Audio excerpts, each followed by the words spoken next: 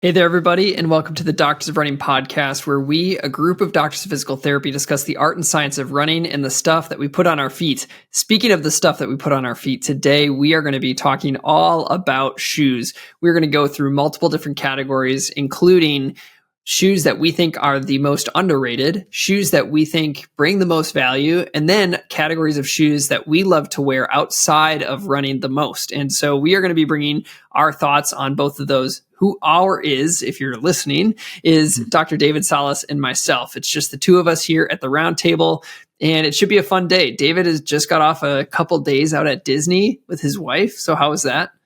It was great. Yeah, it was a good time. It was definitely a tiring time. We had some fans recognize me, so that was kind of cool. That was fun. Yeah. But went down. So we went on the weekdays, Thursday, Friday, and then that way we could still have a weekend. I can still be here and record, and I don't have to go straight to work the next day, Yeah. So we try to plan it out that way intentionally. But for me, my workout days are usually Friday. And so like Thursday, I hit like 9 miles before even going into the park. And that was before park opening.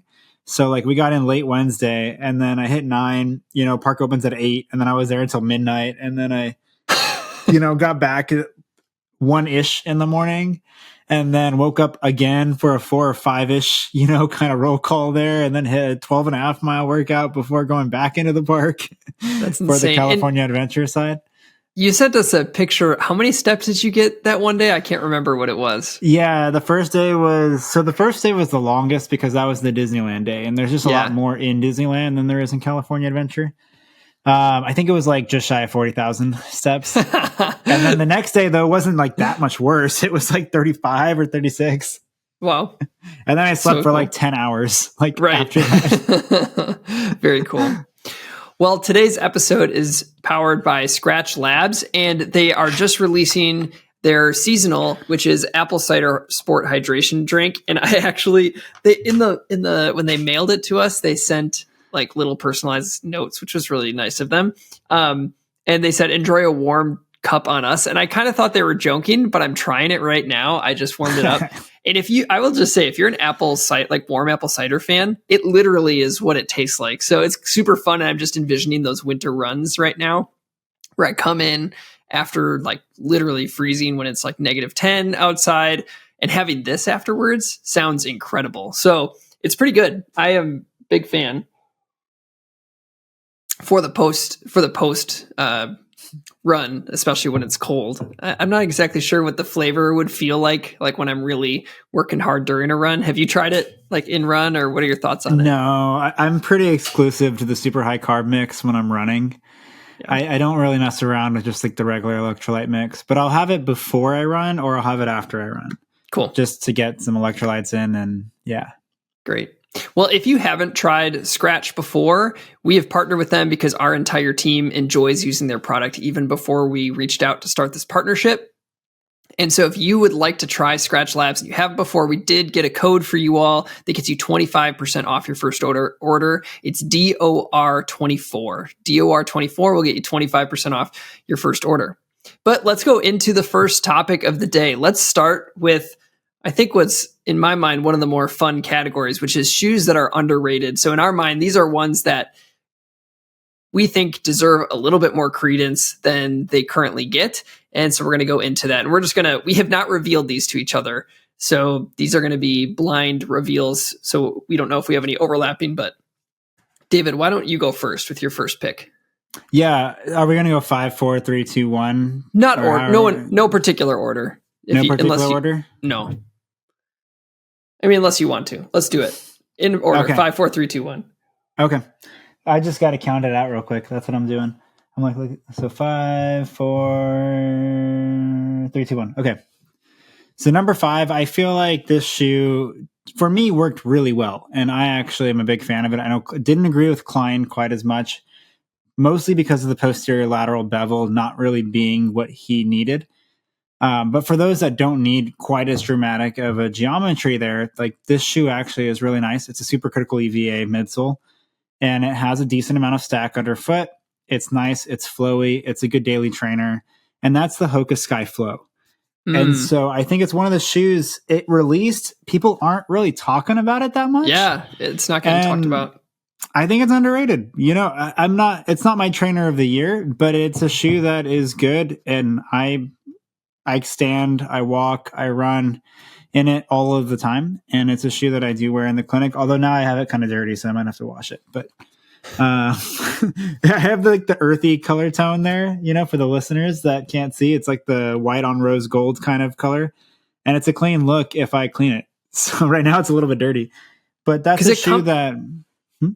Yeah, I was just going to say, it comes in at 10 ounces in men's size 9 or 283 grams.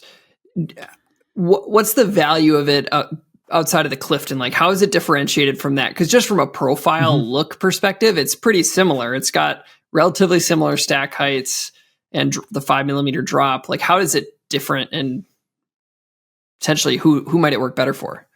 Yeah, I think that's a great question. So when we look at the Clifton, it's a little bit lighter, actually. And that's a compressed molded EVA, if I'm correct. I might not be on that, but it's usually a lighter package. It's about 40 millimeters in the heel. The Sky Flow, in a way, is kind of what I wanted the Bondi to be, if that makes sense. Where the Bondi is very built up. You have a lot of sole flaring. It almost feels kind of like a Kayano, in a way, for the Hoka lineup, where this feels like a natural progression of the Clifton, where it's a more neutral kind of option. But it has a little bit of a nicer foam, supercritical EVA. Like, it has a little bit of a bounce to it. Rocker is built off of the Skyward X type of a geometry. So the heel is a little bit sharper, but it's not quite as gradual. So if you need to have a little bit more of a heel bevel where it really kind of rounds into that midfoot like Klein, that is not here. This is a little bit sharper. It's a little bit of a quicker angle. And so if you don't quite land super hard on that heel and you're a little bit more forward, it might work a little bit better. But if you're really far back, it might feel a little jarring. Nice. That's cool. Because I think the Clifton came in at 8.7 ounces. So that one's just a little heavier. But like you said, it's more like, in your mind, a better Bondi than it is a Clifton comparison. Awesome. All right. So my first shoe is one that people might be like, that's not underrated. That one gets a lot of hype. But I think the reason that I wanted to put it in this category is because I think people who pay attention to this podcast or like follow shoe review folk know a lot about this shoe, but I think that it could be more popularized for the general population who doesn't care about shoe geeking out too much. And so that's one of my favorite trainers is the Nova Blast 4 from ASICS. Yeah, I know. So like people love this shoe, and I know it's like getting awards and stuff, but Underrated? I have not seen people in Stevens Point wear this shoe. Like the people don't care about this shoe or don't know about it. I think it's underrated for the global populace, not for like the shoe nerd population. Right. So feel free to rip me apart on it, people. I understand, but I think that's where I came to with this one is I think like if people think of ASICS, they're like, I'm going to get a Nimbus or I'm going to get a Cumulus. And that's like what people think of when they think of ASICS trainers. I think this deserves to be their main trainer and that more people can go and access, especially since they've stabled the platform and anything. I just think it's more of a fun ride. It's better for running. I mean, the Nimbus 25 is great. I think that this should be your choice over the Cumulus any day. But yeah, that's why I'm going to put it there. And I know that I put it number 5 because I just know that it's not totally that underrated because people do love the shoe. But what's your next one? So this next one is from Brooks. And when we talk about Brooks, the shoe of the year this year for that company, at least, it seems to be the Hyperion Max 2. And that's one that a lot of people are talking about. You're seeing a lot of ads getting pushed. Like people are very excited about that. And then they forget about the entire rest of the Hyperion lineup. But there are other shoes within the Hyperion lineup. And it's not a Hyperion Elite. That's not what I'm talking about. This next shoe that I'm going with is the Hyperion GTS 2. Oh. And this is a heavily underrated shoe, I think, because this, in a way, for me, has become my Cyclone 2 equivalent for this year. Wow. A little bit heavier, not quite as race ready, but more of a true training companion. Where the Cyclone, like, they were like, oh, yeah, here's this P-Bax shoe. It's really light and it's a trainer. And everyone's like, well, no, you could race in this. Like it's a 6-ounce fully PIBA shoe, whereas this uses DNA Flash 2, so a little bit firmer, not quite as soft or bouncy as like a PIBA based type shoe, but the guide rails in there are done really well. It's a moderate to lower stack height shoe by today's standards. It's a shoe that I've been really able to rip track workouts in. I've had no issues with doing that. I think the durability on it is really good. The traction's really good. It's a shoe that I can really eat up a lot of miles on. Now, I don't really do that many daily miles in it, like especially compared to what else is on the market. It's a little bit of a tough sell for everything. Yeah. But for workouts specifically and shorter distance workouts, like on a track or doing intervals and things like that, this shoe does really well for that. And it's in like the 7-ish ounce kind of category. So it's still pretty light. I think it's like right around 7.5 ounces. And if you don't want a plate and you want just a little bit of guidance and extra support, good connectivity to the ground, and you just want to dig in and not really have much nonsense to it, this is a good shoe.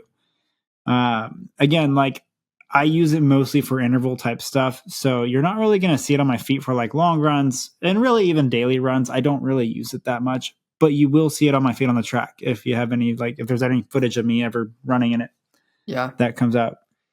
So, and did you explain why the GTS over just the Hyperion 2? I did not. So the Hyperion GTS versus the regular version. So GTS is like go-to stability for that company, what that means, what that stands for.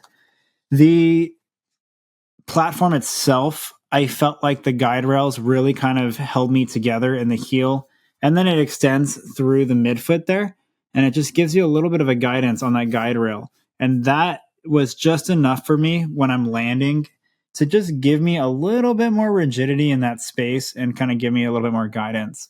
That was kind of like the main point as far as the GTS versus the regular Hyperion 2.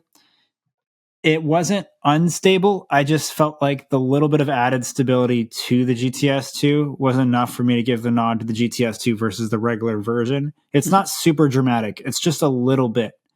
And so it's not like this is technically a stability shoe, but it's more of a mild stability shoe.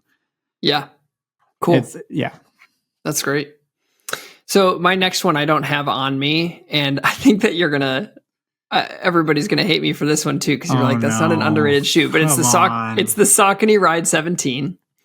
And again, I am looking at it through the same lens as I looked at it at the Nova Blast, because I just had a friend over who's a runner, really good runner. And I don't think it's as well known that the new Ride is kind of taking over for the old Triumph, because the Triumph has moved to PB. It's really widened its base, become Pure Max. And then the value of the Triumph in the past was just that it could get 1,000 miles on it for a lot of folks. Like it just never died. And now you have that in a slightly lighter package in the Ride, but you maintain that foam. It also can be a great entry level shoe. So it's going to like work really well for folks who are just getting into running, or if you just need to be walking, standing, like it's super versatile. But then because of the shaping of the Ride, you can always put a little bit extra into it. So it can be your daily trainer with a little bit of tempo in it. Not crazy workouts, but it can do a little bit of work. And so I think that I don't think it's been appreciated enough that it's become this replacement for the Triumph in my mind, while also maintaining some of that workout speed. So I think it's respected. The Ride is the mainstay shoe in Saucony's line, in my opinion, one of them. But I think that it even has been elevated and is underappreciated in that way. I mean, I can get behind that. Like, it makes sense. Whew. All right. It's like the daily flagship trainers are starting to become what used to be the premium trainers. Yes.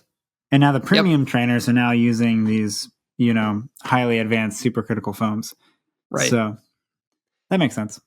I'm going to go with my next one too. And it's a shoe that has gotten a lot of love from us at Doctors of Running, but I don't think it's gotten a lot of love elsewhere, again, in the daily training category. And it's the Topo Phantom 3.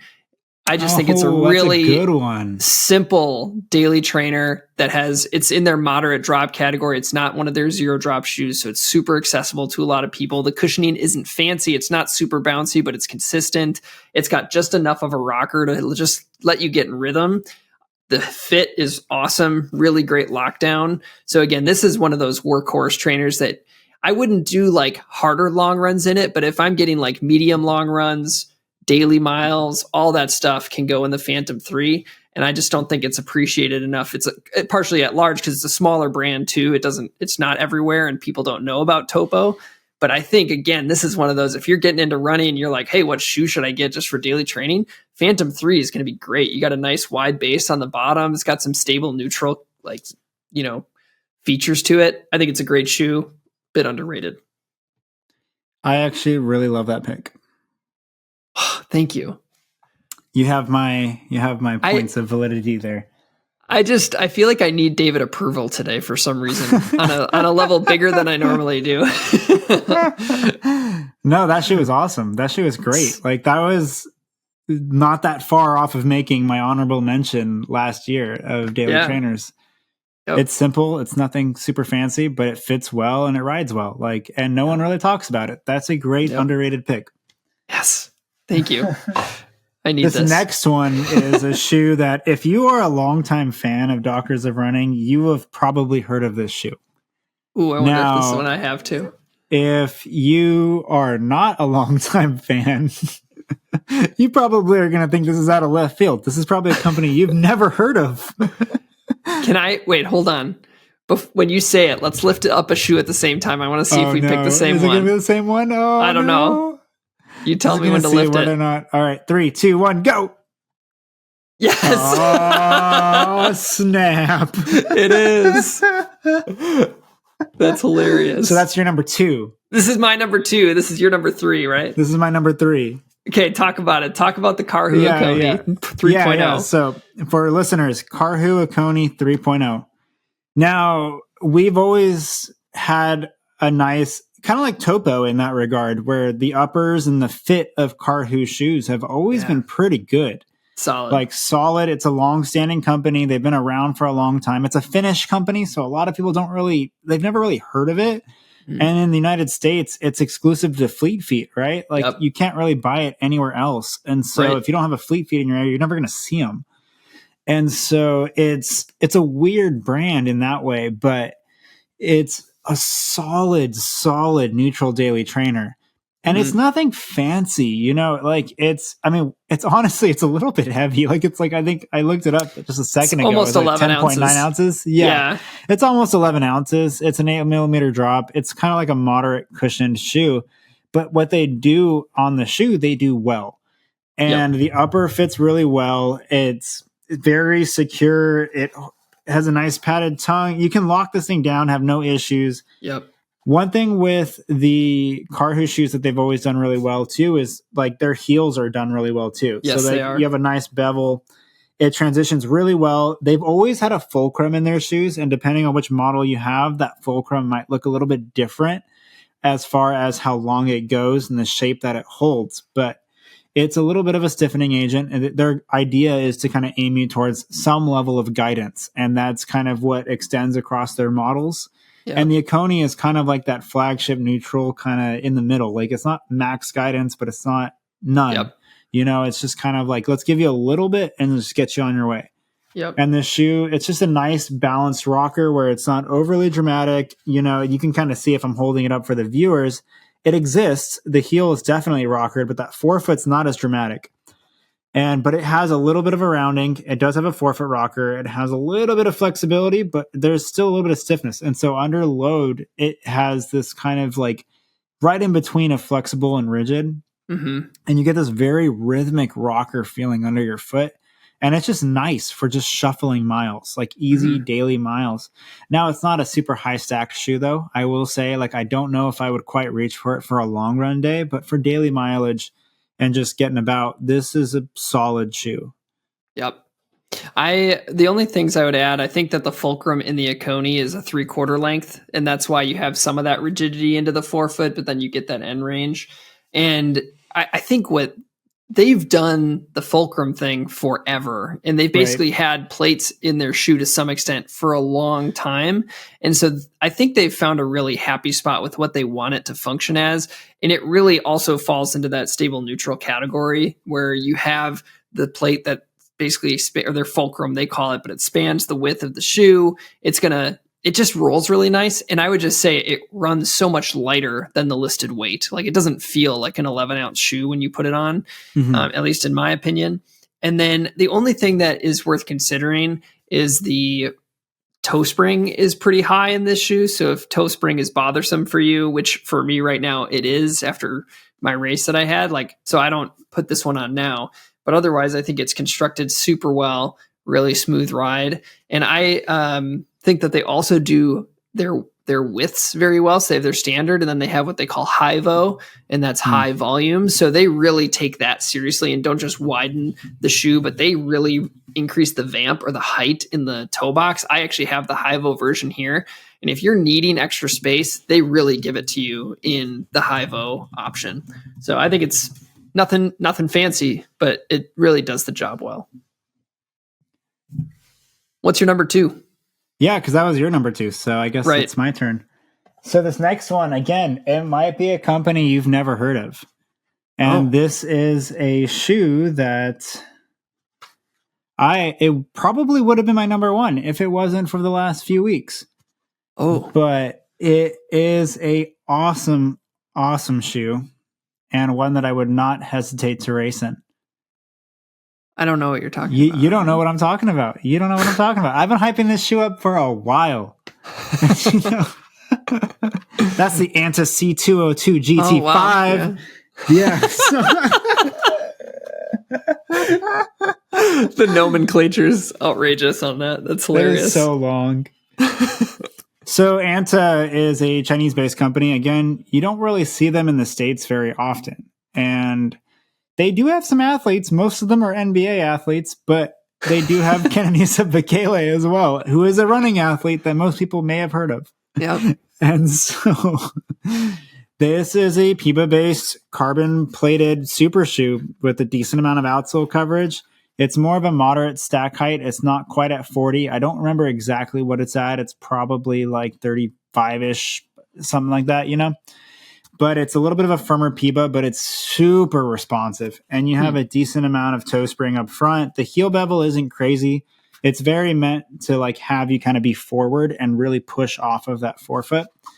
And this shoe really eats up the ground. It's a shoe that I have had. I mean, if it wasn't for the Metaspeed Edge Paris this year, this is one of the top racing shoes for me this year. And it's in that 7-ounce range. It's not in the 6-ish ounce range. So for the stack height, it's a little bit heavy in comparison to the other 40 millimeter stack height shoes out there.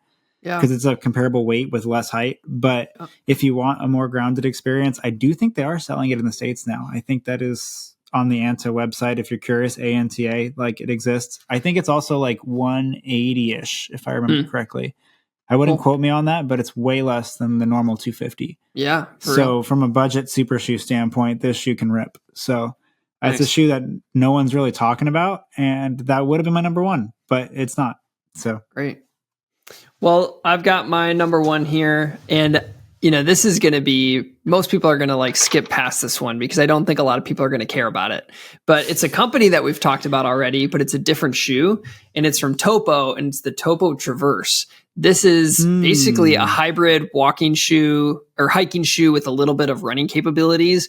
This shoe is the shoe that I have the most time in this year, period. I've worn this shoe for so many different things. I have a number of runs between 4 and 7 miles on trails in this, but I've also worn it for work so often.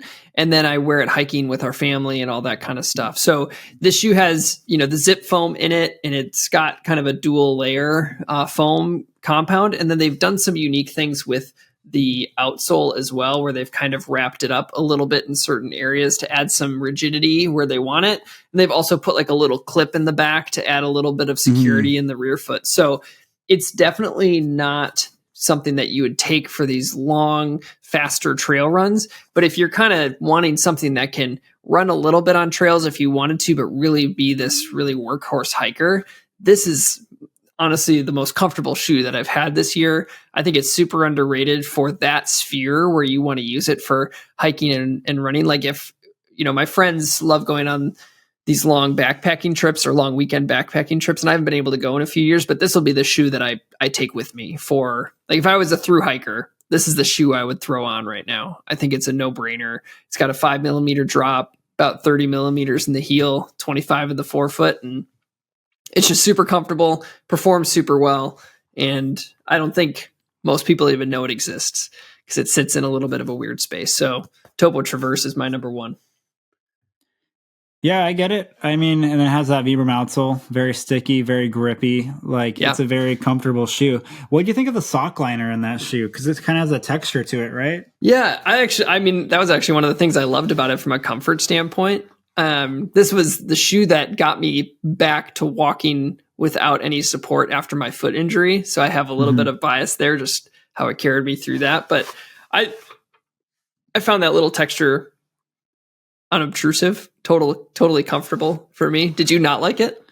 It was fine. It was good. Okay. I think for walking, it was fine. I think if I did do some running in it, it would have been a little bit warm or a little bit much. Oh. Like, it would have maybe created a little bit of friction down there because I could feel it. It almost had like a bubbly kind of feel to it. Yes, that's exactly what it is. Yeah. But it's really comfortable. I mean, yeah, I did love that shoe. So I actually do like the pick again. Yeah. But wait, is it like actually bubbly? I never took the sock liner. Yeah, it's like a bubbly. Oh, cool. And then it comes through on the top. Yeah. Yeah. I don't know why I thought it was on the top that I was feeling that texture. It's underneath that I'm feeling it. But it comes through. Like, it's not like it. So. Okay. But yeah. It was fine on all the runs that I did with it. It never led to any irritation underneath the foot. Yeah, great shoe though. Very supportive. I mean, like, that thing's a beast. Yeah. So then I'm on to my number one, huh? Yes, sir. Oh man. All right, my number one shoe here, and it's a little bit of a weird one because I feel like the shoe's been around for a while, and I feel like it sells pretty well. Like, I see it out on the feet of people. It's not like it's non-existent, but it's not exactly a hype shoe in any capacity. Vaporfly? Is it the Alpha Fly? Alpha Fly 3? How'd you know? I mean, like, I only see it on the feet of LeBron James coaching basketball, like, no. No, what is it actually? Yeah, that's a joke for the listeners if you don't know. All right. So my number one most underrated shoe, and it's a shoe that has really surprised me over this year because to me, this shoe has always been a nice shoe. It's always been kind of pleasant, but it's always kind of a take it or leave it kind of shoe. Like, it's there and it's not bad, but it's not great. But that's the Asics GT 2013. Oh, yeah. I have a lot of numbers today. Why do I have you do. I'm like C202 GT5, like C3PO, C3PO, R2D2, BB8. So A6 GT 2000. Wow. GT 2013. Why is this the most underrated shoe? Well, they updated the midsole. Like, they have the Blast Plus in there now. They have that pure gel that they've been doing, kind of having that insert in the heel. They have a little bit of a 3D guidance system, is what they're calling it. What their idea for this shoe is kind of being a light stability shoe, light to moderate. So for those that need just a little bit of guidance or stability, but they don't need a full-on stability shoe, that's what they kind of designed this for. But you have a decent amount of sole flaring in the forefoot, mild to moderate, but enough to be noticeable. You have this kind of large sidewall on the medial side of the heel. Same thing on the lateral. You get this kind of cradle-like feel immediately. And where I think this shoe makes the biggest jump is in the foam, where before it's always kind of just been like this EVA, like a pretty comfortable upper, but it's like I'd like to stand and walk in it, but I just don't know if I would choose it in running for compared to the other shoes on the market. But this shoe's at, I think, $140 retail, I want to say. Yeah. And that Blast Plus midsole, it's like $35 in the heel. And I've got a tab up over here somewhere so that I don't screw this up too badly. But I don't have it. Oh no. That's not What good. did you do but it's a moderate stack height heel. But, did you do your long run in that shoe this weekend? Yeah. This morning. I did 19 miles in this shoe today. Oh, well. It was great. Yeah. Huh. It was awesome. Like, this is like one of my favorite trainers of the year. Wow. And it's nothing like overly special. Like, again, it's like everything that I said about the GT 2000 before, where it's like, it's a fine shoe. It's not bad. It's not great, but it's a shoe that when they upgraded that foam, it's like, okay, so now you have a shoe that has good durability, good comfort. It has just a little bit of guidance and stability. It's like 9.5 ounces, I think, men's size 9. So it's a pretty competitive weight for a daily trainer, decently light. Mm-hmm. And it's like it's a workhorse. I mean, you look at this thing, like this thing can really take a beating and it holds the foot well. Like I just don't have any complaints. Like I go and I start running and it's like, oh, this is actually pretty fluid. There is a decent heel bevel on it. It's nice and rounded. And for those that do care about kind of the stability and the fit and those types of things, like in comparison in stability category specifically, like in regards to Klein, I looked at his review before this and he put it at an A-. Yeah. So like this is a shoe that I think not enough people are talking about, and it's been around, we're on the 13th version. Definitely a mainstay in their line, but it's not, it's not an Overblast. It's not a Metaspeed Edge, right. It's not a hype shoe. It's not a hype shoe by any stretch of the imagination, but it's a shoe that it's built well and it runs well and it works with my mechanics. And I just get a little bit of guidance, a little bit of stability, what I need.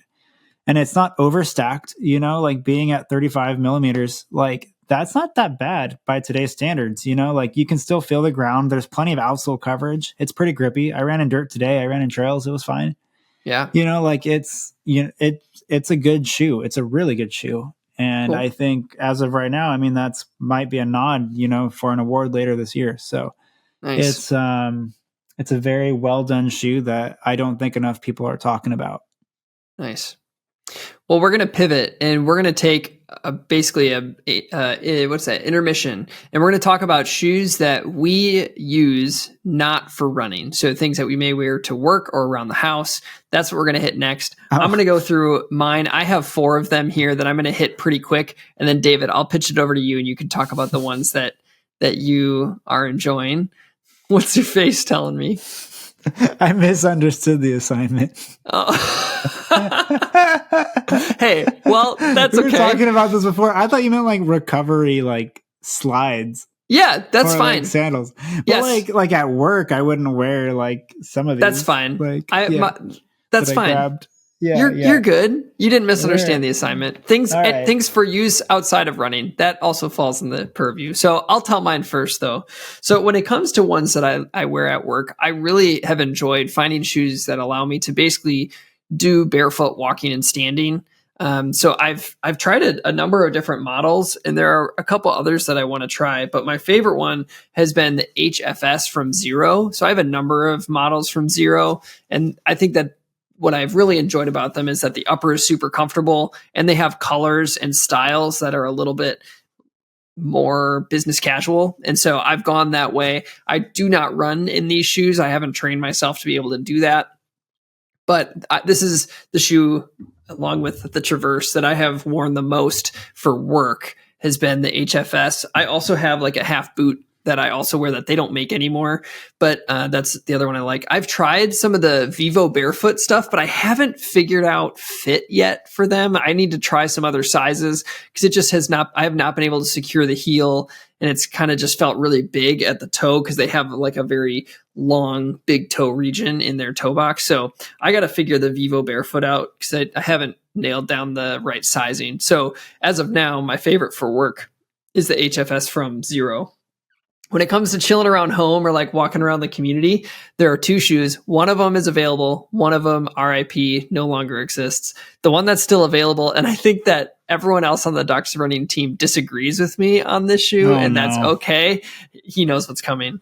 But it's Kane footwear. So They sent these to us, and they basically feel like Crocs. And I love Crocs. Love them. But what I love about this is that it does have a heel that just holds me in. So I know you can put your adventure straps on with Crocs, but I really liked these, and I wear them maybe way too much because people like, and I've gotten really unique, diverse opinions on whether these are cool or not. Like some people are like, oh, those look sick, those are super cool. Some people are like, what are those? Those are the weirdest shoes I've ever seen. So I think it's definitely a what do you prefer, but I've really enjoyed wearing these everywhere. And I wear them on casual Fridays to work too. So you can judge me for that. That's fine.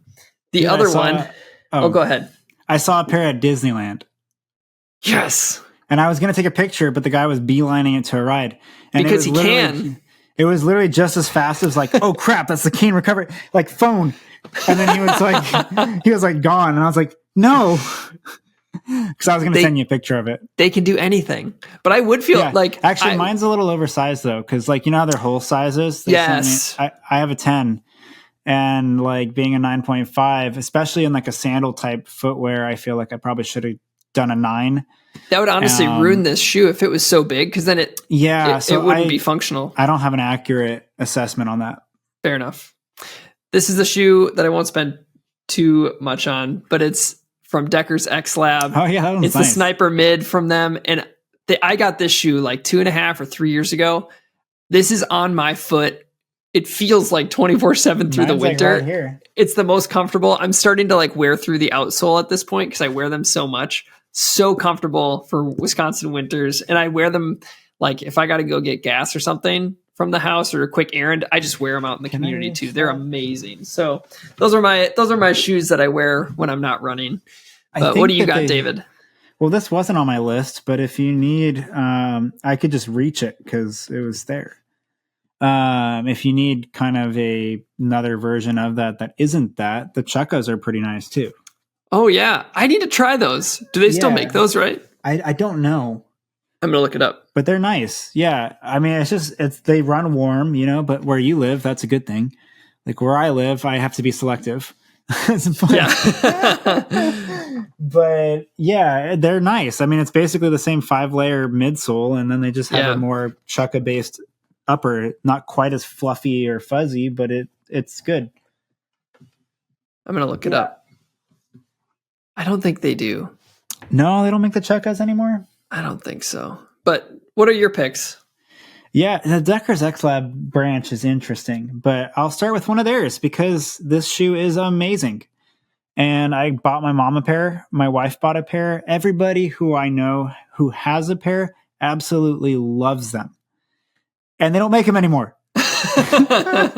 So just like how Andrea and the Save the Beacon campaign goes, I guess I'm going to start my own campaign.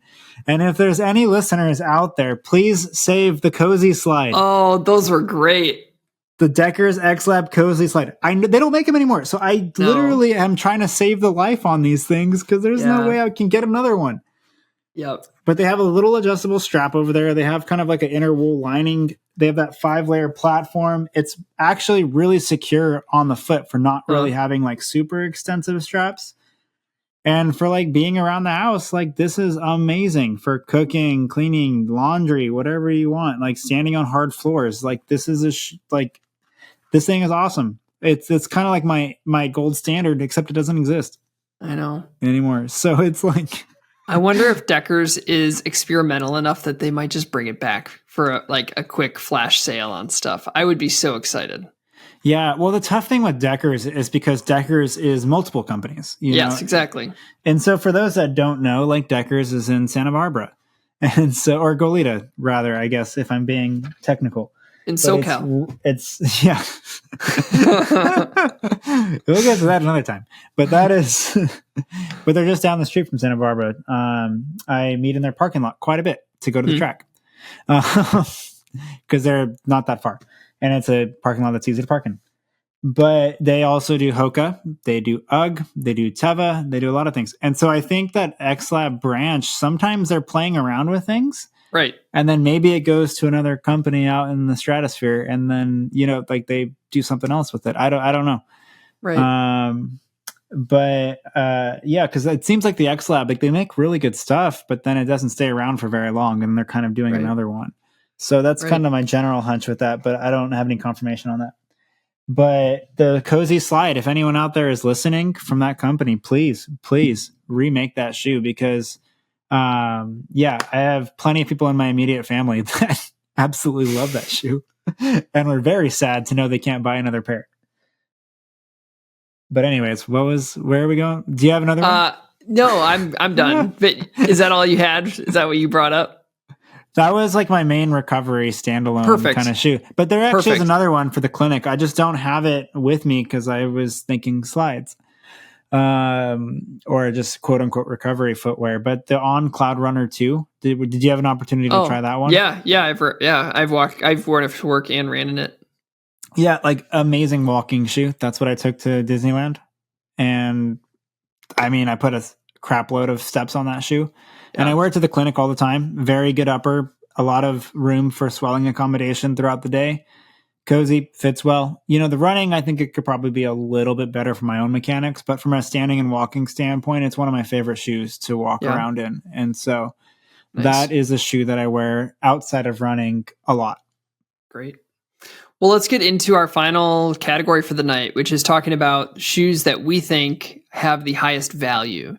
And I think what's tricky about this conversation is that value is going to be defined differently depending on your situation and who you are, what your finances look like, what your running needs are, how often you're running. So I think that take our perspective on value with a grain of salt, and also maybe think about the concepts that we're thinking of that provide our value, and then you're going to have to define value for yourself. But these are ones that we think do carry some value in the entire landscape of the footwear industry, and that's partially because we get the opportunity to see the full breadth of it, or a lot of the breadth of it, and so that's kind of where we're going. And I have 2 shoes. David, how many did you have for this category? I have 4. Okay, why don't you start then? Okay, this one, it's a little bit of a toss-up. Now, I think this shoe could be really good, but it does run a little bit snug. It runs a little bit small, so you might have to go a half size up. I'm just going to preface that right now. But I do think the value is there. I think the potential is there, and I think it's a fun shoe. It's at about 8 ounces, give or take, like 8.0, like right on the line there, depending on what size. This is the Hoka Rincon 4. Rubberized EVA outsole. It's $125, I think, retail. Super lightweight, versatile, rhythmic rocker. It's kind of like the Rincon's always kind of been like the lighter, slightly less durable Clifton, but it still has a decent amount of durability to it, and you can still turn over and do a decent amount. You can do a good amount of work in it. You know, it's a solid shoe. Now, my review wasn't exactly the high, you know, like I was a little bit hard on it, I think, on the review, but a lot of that I think was fit and sizing. But there's potential for the shoe to be quite good. Do you pick that shoe over the Kinvara, or do you think they're in the similar category? Now, that's funny you bring that up because I have a Kinvara right here. Now, Saucony Kinvara 15. Is it in a similar category? Yes. There's a little bit more on the Rincon. Now, the Kinvara feels a little bit more minimal. It feels a lot more flexible. Like you can just do whatever the heck you want with this. Where like Hokas in general tend to be a little bit stiffer based on how they're built. Now, for track work and things like that, the Kinvara is actually pretty nice. You want a natural feeling shoe underfoot without really having that much bells and whistles. Like it's just power run. You know, it's an EVA midsole. It's nothing crazy, but it's lightweight. It straps to your foot well, and you can turn over. And that's what some people, that's all they want. And it's a rubberized EVA outsole. There's just that little bit of rubber on the high contact areas. But other than that, like it's a pretty simplistic shoe, but it gets the job done. And if you can see well enough on the camera there's some red scuffs there. That's because I have worn this on the track. You know, like that's not me just talking. I've done it. Yeah. And I think if you're looking for a speedy type of shoe, the Kinvara wins. But if you want something that's a little bit more like truly daily training adept or longer efforts, the Rincon probably wins there. Yeah, and they're both the Kinvara is $120, Rincon's $125. So it's that, unfortunately, that used to be like the price of the premium trainers. Like the GT 2000 used to be the $120. Like that was the price. $130 was the really high stuff. Like that was the big deal purchases not that long ago, 6 years ago even. But you're looking at these shoes are priced much lower than the other stuff that that even I have over here. So good. I'll say my first one. I'm actually kind of not concerned, but I have a hunch that you also may have this shoe in your other two, and I don't know if you do, but it's from Asics. Do you have an Asics shoe? I do. Or no? Yeah, this one or no? For the Noosa? Yeah, I did not have the Noosa, but the All Noosa is right. a great pick. The Noosa is a great pick. I agree with the pick. This is the Asics Noosa Tri 16. David and I both have loved the Noosa and Matt too, for that matter. Like we've all loved this shoe for years, but I think that similar to those other two shoes that you just brought out, the Rincon and the Kinvara, very simple EVA midsole, but I think that Asics EVA is probably one of the more lively of the EVA midsoles that's out there. They do a really nice job. The shaping and geometry of the Tri-Noosa is both able to go slow and simple, but really pick up the pace. It's got just enough stiffness in the forefoot and a nice rockered profile. Comes in at $140. So this is a shoe that I think packs a lot of value because I think the EVAs that they use is proven to last for a long time. It's got a rubber outsole, so you're going to get a lot of life out of there too, where you're not going to chip through a lot of stuff. Plus, I feel like Asics rubber lasts a long time too. It's a really durable shoe. And then you just have a really versatile ride where you can take it easy and take it fast. Comes at $140. So this one for me carries a lot of value just because of the slightly, I'm going to lower in quotations, price point and the versatility of the shoe. Yeah, I think those are all great, valid points. The Noosa is a very versatile shoe, and at the price point, I think it is a bargain. I have also done hard workouts in that shoe. Like you said, it's a shoe that all of us have enjoyed, and it's one that I continue to enjoy. And again, might be on the list for an award later this year. We'll see. It's definitely on the forefront of my brain, and even though it's not on my list right now for that, but it's one that I'm thinking about. But my next shoe is also an Asics. Do you have any idea of what it could possibly be? We've talked about a lot of Asics shoes. Gosh. It's a little bit of a hot take, honestly. Is it going to be the Cumulus? Because that'd be funny, because I said that I would choose the Noah Blast over it every time. It's not the Cumulus. Okay. What is it? No. So retail, this shoe is $250. Oh my gosh. It's the Asics Metaspeed Edge Paris. And the reason why this is on help me understand that for value. Yeah, help you understand it. It's the most durable racing shoe on the market. You want to have the rubber stick to your shoe, and you want to really take the thing home and get your $250 worth out of all of the shoes that are on the market. You know, the Flight Foam Turbo is great. The outsole coverage is really good. The traction works. It's durable. Even Klein has a hard time ripping through it. Yeah. Like, it's a shoe that, like, for its price point, if you're truly going to spend that much money and you want something comparable to a Vaporfly in performance, it stacks up.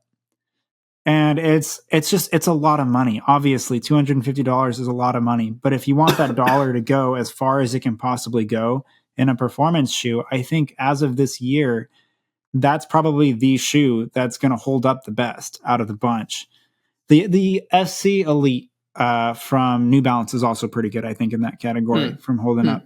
But I think the Edge Paris, though, right now might be the gold standard bang for buck. Cool. As far as, like, how many miles can you truly get out of that thing and get your money's worth. Yeah. Yeah. And I think that's where that value conversation comes in. It's like, if you're going to buy the shoe, what's the best value at that price point? And so I like that. Well, my final one is also in the performance category. And the way that I wanted to pick this one was in some similar categories of that. It's like, if you're looking for a shoe that is a little bit lighter, a little bit faster, could race for you, but also I think that for something to be valuable, it needs to be super durable. And I think that this shoe has gone through enough iterations to show its long-standingness, both for the midsole and the outsole. And that's the Saucony Endorphin Speed 4. I think that my fear with this segment is that if a company hears that we think these are great values, that they're going to raise the prices. Oh, no. And I don't think they should do that. I think that they should keep these prices where they are or lower them down. But I think that this shoe is $170, which is such an expensive shoe, right? Like, that's just reality. But it's not $200 and it's not $250. But you get a really nice responsive Power Run PB that is shaped really well, rolls amazingly off the toe. I think it's just a really fun shoe. And if you are someone who doesn't want to go and buy a racing shoe, like the $250 category, I think this is your option. I think that there's a couple others that are in this similar realm, but I think that this one has been tried and true since it entered the scene, however many years ago now. And $470 can do everything for you in your training, easy runs, long runs, workouts. It can also race. You're going to be able to get typical training miles out of this shoe. It's not some performance shoe that you're going to only get 100 miles out of. You're going to get a lot of durability from the midsole. And I think that's what brings the value to this shoe. And I hope that they just keep it going and don't raise the price, even though we think it's a value. Yeah, no, I love the pick. And actually, it's kind of funny you bring that shoe up because I said that I brought the On Cloud Runner 2 to Disneyland. That was my walking and standing shoe. Well, the only other shoe I packed for that trip was the Endorphin Speed 4. Yeah. And that can be, for the people that did see me out there running, they can verify that. If they were looking at what I was running in. Yeah, it's my travel shoe. It's like I can run easy in it. I can run hard in it. It has decent durability. You know, the thing can do everything you need it to do. Yep. So I don't need to take any other shoe with me. So it makes packing a lot easier. So I actually do really like that pick. So my final pick here is a shoe that I talked about earlier. And it's just on the forefront of my brain right now, but it's the ASICS GT 2013. It's $140. Yeah. You know, like like a little bit ago, I was talking about how nice the On Cloud Monster Hyper was at $220, right? And the SC Trainer at $180. Yeah. This shoe is so nice and fluid and smooth, and it works really well for me, and it's durable. And it's like at $140, it's really hard to beat. It's really hard to beat. I'll put it that way right now, from a value standpoint for myself. Yeah. But I do like the Endorphin Speed Take. I feel like that probably should have been on my list, even though I didn't grab it. Cool. Well, everyone, thanks for joining us for this shoe-centric episode. We brought out a lot of shoes in this. And so if you haven't checked us out on YouTube, feel free to jump over there. You can see us show features of the shoe. But if you're listening, thanks for also following along with us. It's been fun to see the growth of the podcast in both platforms, both over audio and especially on YouTube. The growth there has been great. So we appreciate you all following along with us. It does really help this podcast continue to grow if you do leave a recording. Leave a, what's it called? A review. Leave a review. Leave a recording. Leave a review for us and just let us know what you think of the podcast. Let others know what you've gotten out of it. And also, if you haven't jumped over to YouTube and hit subscribe, smash that like button. I can't believe I just said that live. I was doing it tongue in cheek. Hit subscribe. do all the things. Hit all the buttons. Tongue in cheek, but we appreciate y'all coming on this journey. If you want to check out the reviews on all these shoes, they're all up on doctorsofrunning.com. And we look forward to seeing you next time.